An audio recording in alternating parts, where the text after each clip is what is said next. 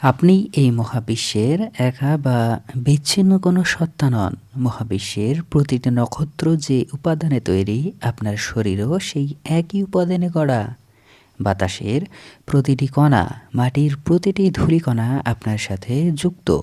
প্রকৃতির এই বিশাল ছন্দের সাথে নিজেকে মিলিয়ে দিন।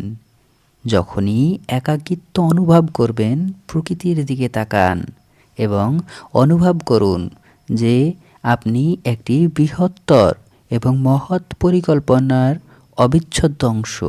আজ ৮ই মাঘ ১৪৩২ খ্রিস্টাব্দ, ২২ জানুয়ারি ২০২৬ বৃহস্পতিবার। দিনটি অস্তিত্ব ও সংযোগের। ২০১৫ সালে এই দিনে ভারতে বেটি বাঁচাও বেটি পড়াও অভিযান শুরু হয়েছিল, যা সমাজের প্রতিটি কন্যা শিশুর অস্তিত্ব ও গুরুত্বকে স্বীকার করার ঐতিহাসিক দিন। এটি আমাদের মনে করিয়ে দেয় যে আমরা কেউ বিচ্ছিন্ন নই, বরং একটি বৃহত্তর সমাজ ও মহাবিশ্বের অবিচ্ছেদ্য অংশ।